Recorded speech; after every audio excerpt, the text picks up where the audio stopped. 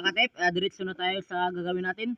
Tinanggal ko na yung nut mga katip at ipasok natin yung lever. O dito natin banda ipasok yan. Ito yung supply ng tubig mga katip. Dito dadaan yung tubig. Okay, yan mga katip.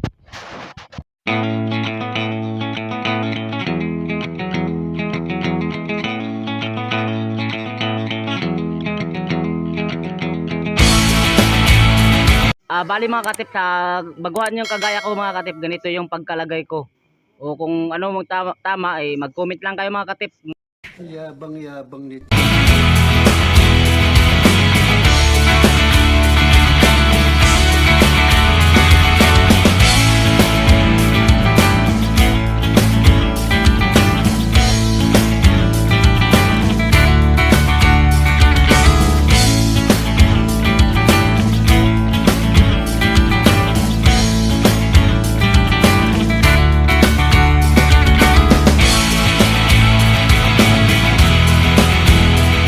Sa mga matagal na dyan na nag-plumbing, kasi baguhan pa lang ako, ganito po yung pagkalagay ko mga katip.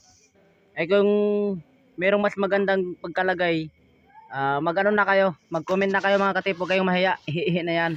Sana all.